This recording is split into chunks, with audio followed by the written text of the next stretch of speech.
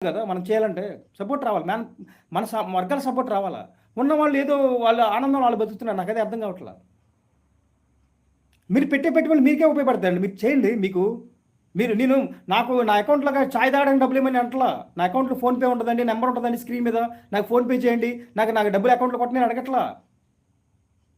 తిరుగుదాం అందరం రండి. మొత్తం మనం అందరం కూడా ఇంకా రావాల్సిన అవసరం చూడండి. ఈడబ్ల్యూసీ రిజర్వేషను ఎవ్వడికి తెలియకుండా, గుట్టు చప్పుడు కాకుండా అసలు 10% జనాభా లేని 10% జనాభా లేని వాళ్ళకి 10% తెచ్చుకొని జాబులు కొట్టేస్తున్నారు. పిల్లల చదువులు ఐఐటీలు, ఎన్ఐటీలు ఉచితంగా చదువుతున్నారు.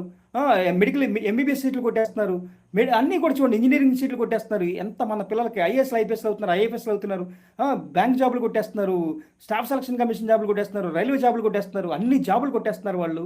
ఈడబ్ల్యూసీ రిజర్వేషన్ పెట్టుకొని మన బీసీ వర్గాలు ఇంతమంది పెట్టుకొని మనం ఇది కూడా నాశనం అయిపోతున్నారంటే మనం దాన్ని కూడా చెల్లించలేకపోతే మన భవిష్యత్తులు ఏంటంటే మన జీవితాలు ఏంటి ఆలోచించండి ఒకసారి.